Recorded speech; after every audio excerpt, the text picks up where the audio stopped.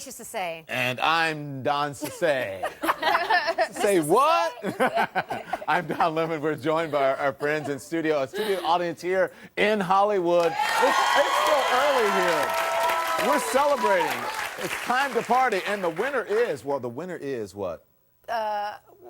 Leonardo DiCaprio. Yeah, we want to introduce our guests. For what? We just want to let our viewers know that we got some special guests in the audience. Why do you like that? Special guests, Fandango's Alicia Malone is here, stand-up comic Kamal Bell, and comedian Angela Johnson also join us for this wonderful conversation. And yes, and the winner is... All three are winners, and for Leonardo DiCaprio, which he was the odds-on favorite, right?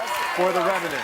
Anytime you get mauled by a bear, you have to sleep inside of a horse. Yeah, I mean, you know, your son gets killed. What's a guy got to do to win an Oscar? He's got to go through a lot. Brother got to do to win an Oscar. Here's his acceptance speech tonight. Too soon. Too soon. Let's listen to some of Leo's speech. For our children's children, and for those people out there whose voices have been drowned out by the politics of greed, I thank you all for this amazing award tonight. Let us not take this planet for granted. I do not take tonight for granted. Thank you so very much. Kamal, it was his 6th Oscar nomination. 5 previous times he went home empty-handed. I'll ask again, what's a brother got to do to win an Oscar? What's a brother got to do? Some sort of Rachel Dolezal thing? Get in the movie. Good for him. I mean, he's a good actor. Finally, things are turning around for that kid. I'm happy for him. Growing pains to now, it's all working out for him. It's been an uninterrupted streak of awesome for him, and good for him. So let me ask you this, guys. Is Revenant the film that Leo should have won the Oscar for? He's gone home empty-handed 5 previous times, 4 other times for Best Actor. Was this the one?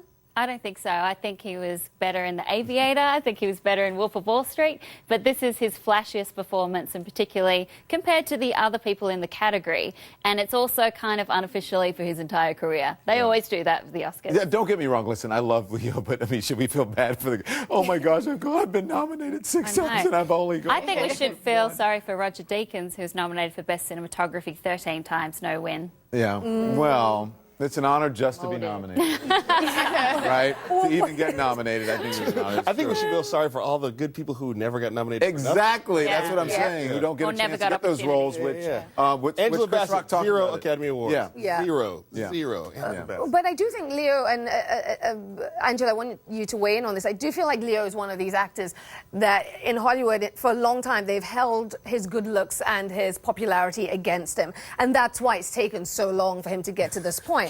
Kamal? Why is that funny? He's too good looking. I just can't catch a break. Exactly. He's been nominated 6 times. He's good looking. I guess I make the point as to why didn't he win in those previous years for those better roles? What do you think, Angela? Well, he had to get uglier. And That's literally what the movie is. Yes. I feel like maybe this was his most difficult performance. I don't know because I'm not him and I didn't have to play all his roles, but I feel like, I mean, it seemed pretty difficult. You could see his eyes, like the blood in his eyes breaking the vessel. You know what I mean? Like he gave his all. Because he had won. So that's what it was. So was it his best performance he should have won for? I don't know, but it was a pretty good one.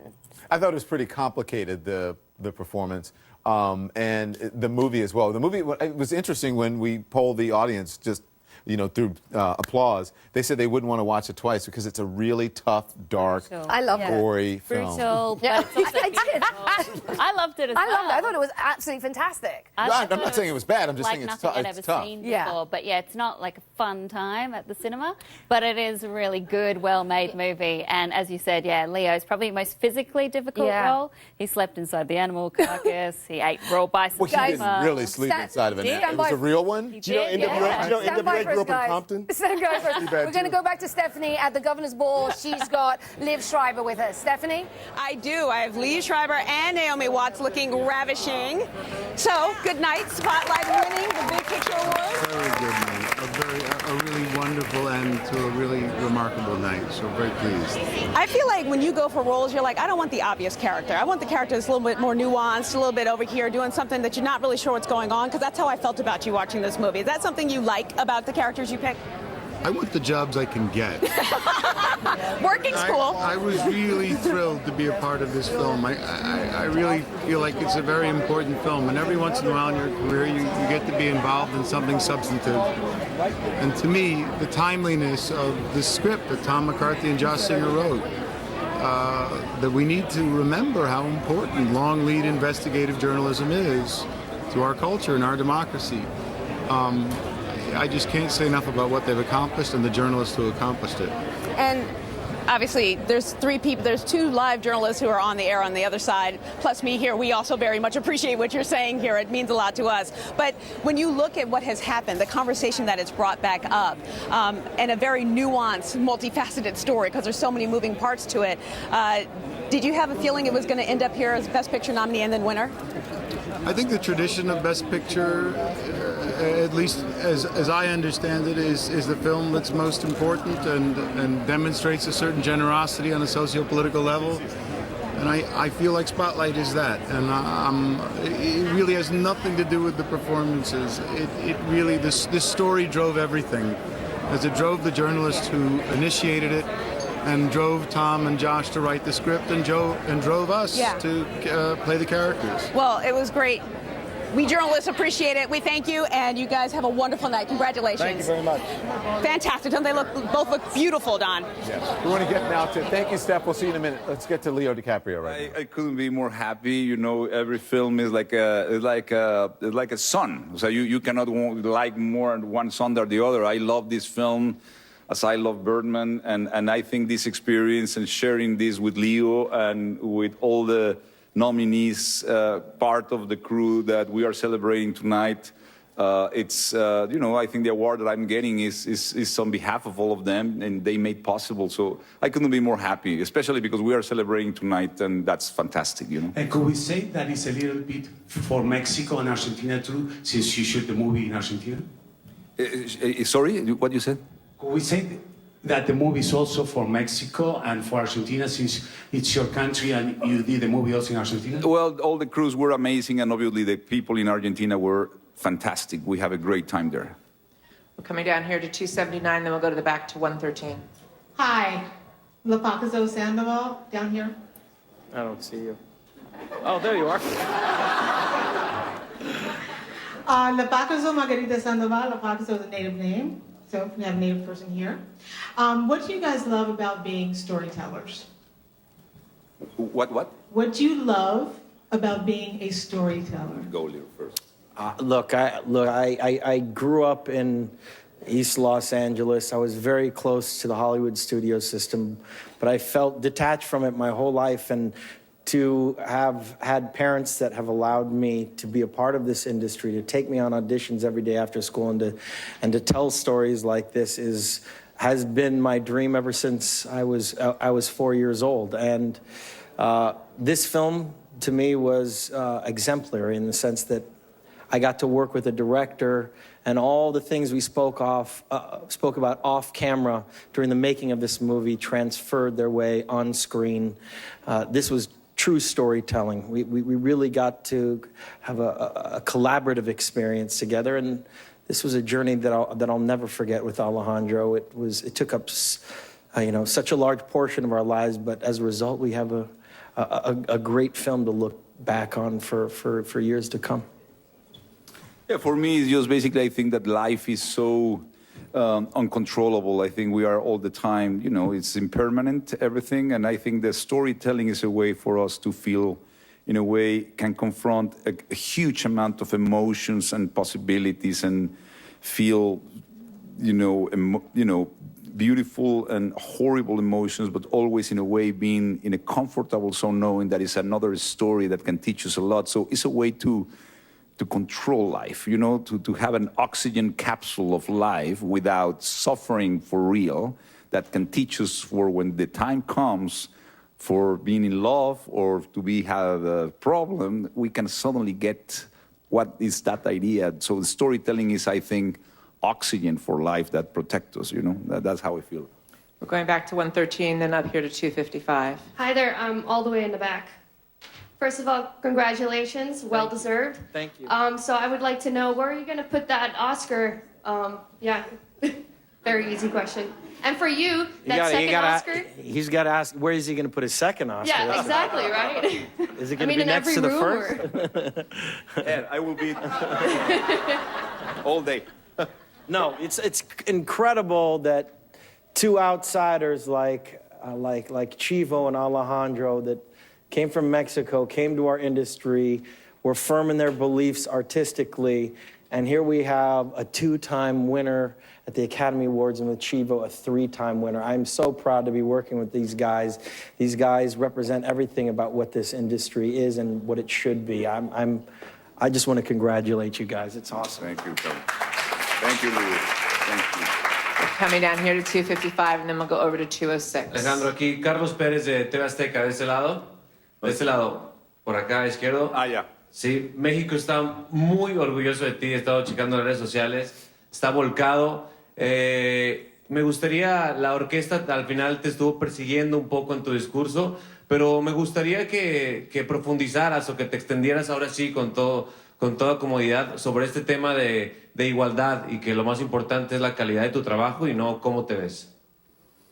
Well, I think the question is that he wants me to extend in what I said in the stage where I was being interrupted by music. But anyway, I want to say what I want to say, which is something that is absurd. I think that the debate is not only about black and white people. I think the diversity really includes, what